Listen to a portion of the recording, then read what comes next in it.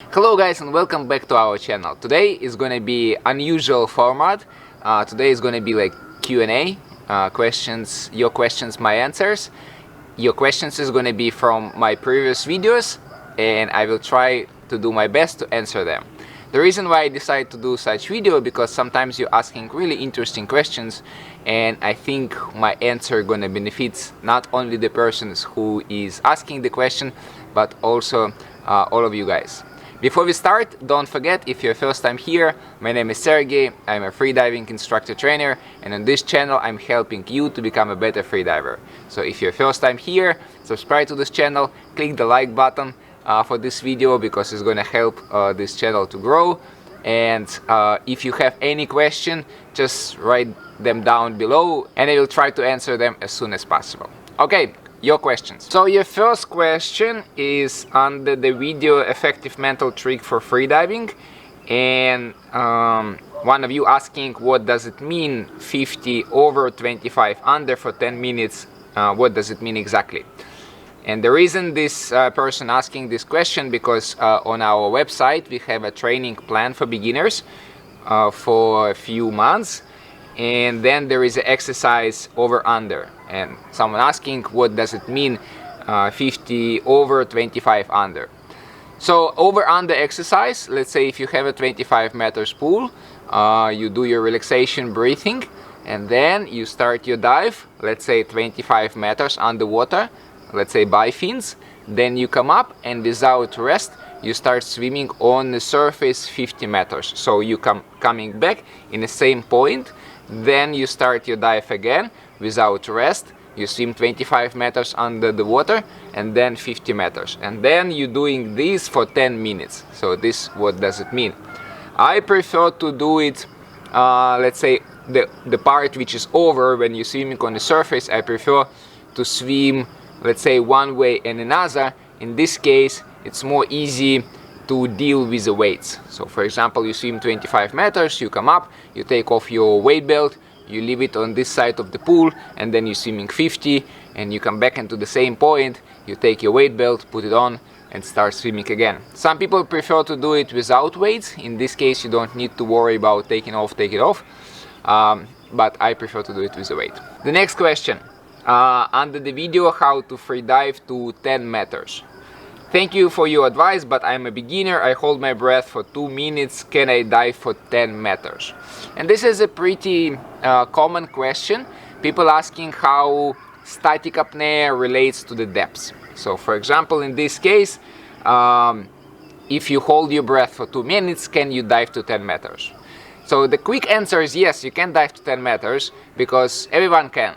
When we do a first level course, within 2 or 3 days, everyone can dive to 10 meters. Someone can dive on the first session, someone can dive on the second or on the third session, regardless how long you're holding your breath. If equalization is okay, because if you have a problem with equalization, sometimes 2 or 3 days is not enough. The good news that if you keep practicing dry equalization exercises, then your equalization will become eventually better and then you can dive 10 meters no problem. 10-meter dive will take you roughly about 30 seconds. So if you're thinking about like breath hold duration, then your static apnea 2 minutes is going to be much longer compared you dive to 10 meters. However, remember that when you do a static, you motionless, so you're not moving.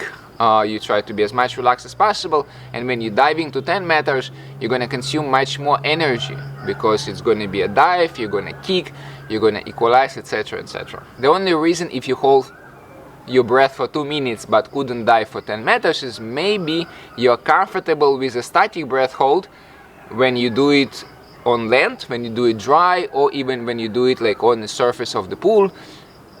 And why it can be much more easy, let's say, to dive to 10 meters because maybe you are not comfortable when you're under the water. So this is why sometimes I see my students like super chill and relaxed during the static breath hold, but as soon as they start the dive, they're becoming tense and then the dive becoming much harder compared to their static breath hold. So what you need to do in this case, just like gradually approach for the depths, dive shallow, dive to 1 meter, to 2 meters, to 3, to 5 meters, get comfortable with these depths, and then only when you get comfortable with 5 meters, progress to 6. When you get comfortable with the 6, progress to 7, etc, etc. And then it's gonna be piece of cake, alright? The next question was actually under the post, and by the way guys, if you already subscribed to my channel, as you know, there is a community tab, and if you check, sometimes I put there some information, some old videos, and sometimes I do a poll, sometimes I asking some questions, so if you like to participate, you are more than welcome. And so one of you asking, I'm AIDA 2, but I'm having real trouble to get past 10 meters as contractions already start around 8 meters on my way down, and they are unbearably hard and frequent right from the start. So what this person is saying, that he's diving deeper than 10 meters, however, when he's diving or she's diving, then after passing 8 meters, contraction starts, and then it's unbearable to continue. So first of all guys, I want you to remember that your urge to breathe, your contractions, is not only depends on the CO2 level.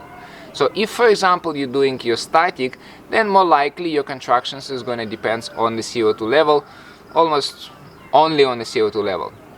However, when you're diving deep, remember your lungs start get compressing, and in your lungs you also have like special baroreceptors which recognize that your lung becoming smaller in size, and then it's going to be a simulation of your respiratory center to make an inhale, and this is what going to cause urge to breathe, not because of the increased CO2 level, but because of the decrease of the volume of your lungs. So this is why just don't be surprised if you don't have an urge to breathe, let's say when you do a static apnea for maybe a 2 or 3 minutes, maybe you're really good in static, but as soon as you start diving, as soon as your lung get compressed a little bit, you quickly have an urge to breathe. So it happens, no problem. Just again, kind of the same advice, get comfortable with the depths. Allow yourself to dive shallow, maybe do a little hangs there. So for example, if you have a contractions at 8 meters, instead of diving to 8 meters, dive maybe to 5 meters and maybe stay there for 5-10 seconds. Stay there, relax your shoulder or relax your neck, relax your face, etc, etc. Get comfortable. Give your body chance to adapt to the depth. I don't like the idea to dive deeper when you have an urge to breathe. If you have a contractions, especially if it is a strong contractions, don't dive deeper. Dive shallow, but do a little hang there. So if always you have a urge to breathe at 8 meters, dive to 5 or 6 meters and stay there a little bit. So it's going to be much more productive for both your body and for your mental. Because there is a mental block.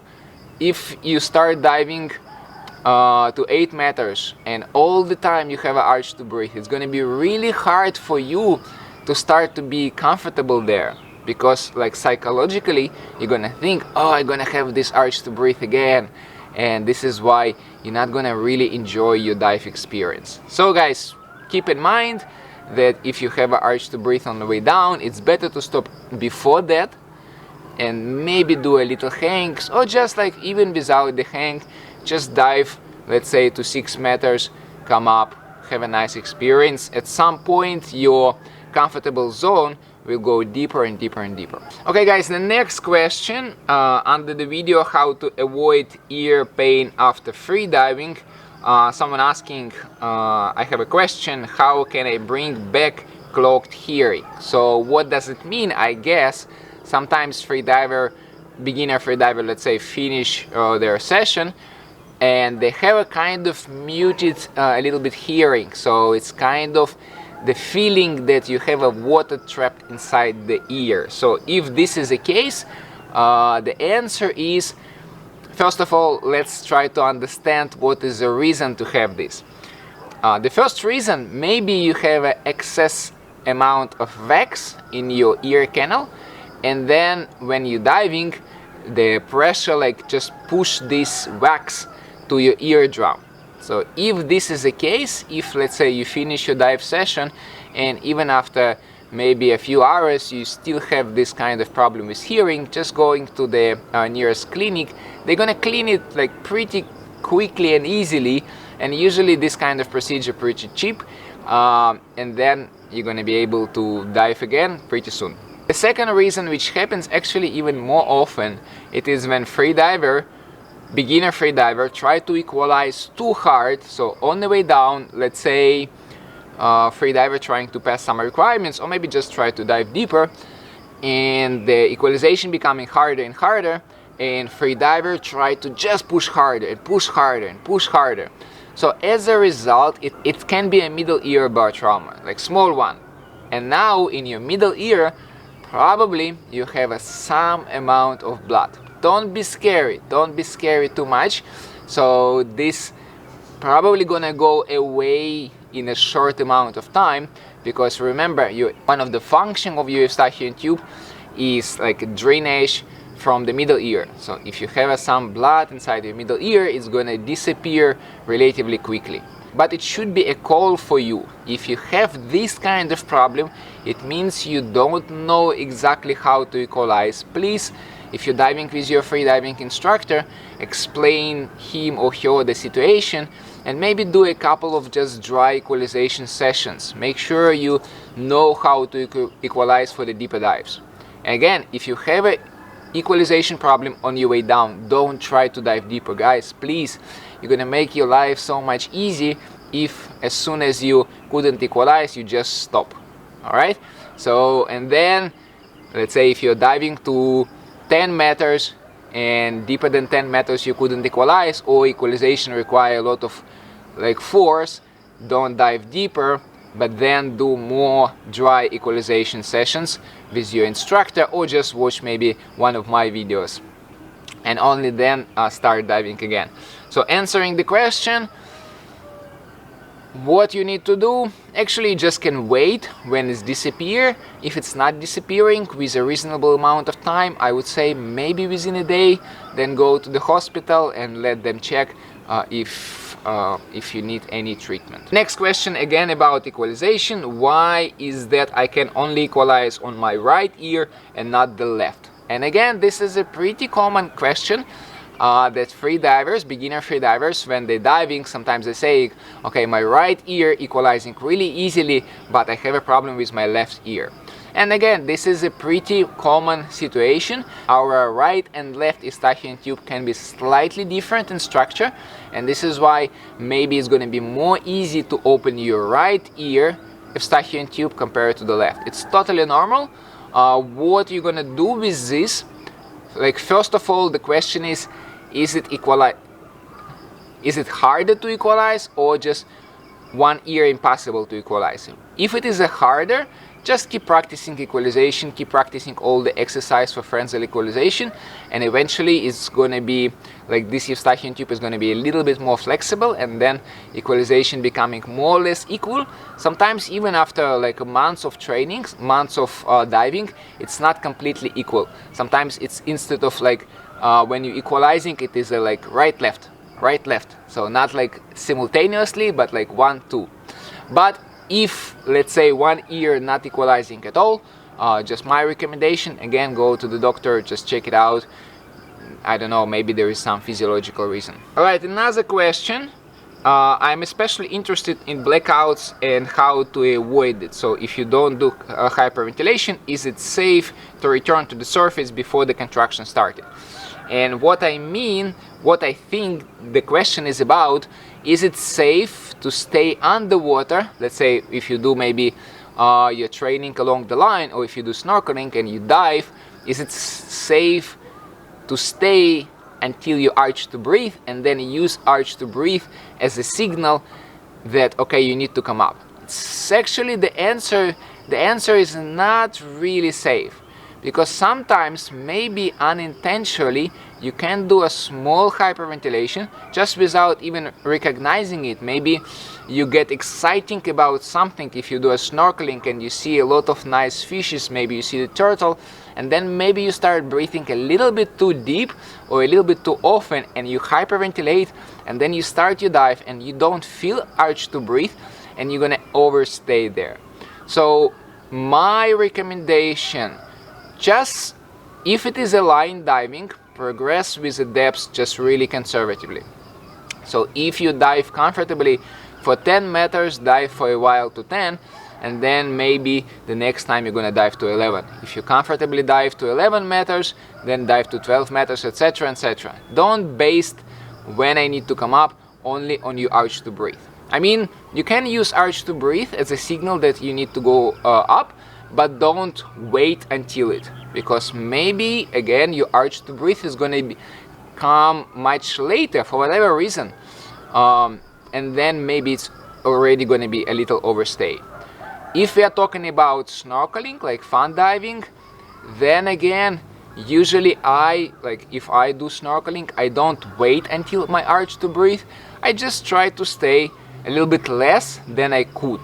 Let's say, for example, I diving, and let's say I know that maybe even the next like 20 seconds is going to be no arch to breathe, but I'm thinking, okay, it's time to come up, right? So be a little bit more conservative and don't base your decision to come up solely only on arch to breathe, because again, sometimes it happens unintentionally. You can do hyperventilation and then your arch to breathe can come later, and then it's potentially dangerous. It can potentially increase the chance of shallow water blackout. Okay guys, and the last question, can I combine O2 table training with a CO2 table? Like one after another in one day, or one day O2, another day CO2 table? It's pretty common question. I would say it is like, if you have a 10 most common question for beginner freedivers, it's definitely going to be one of them.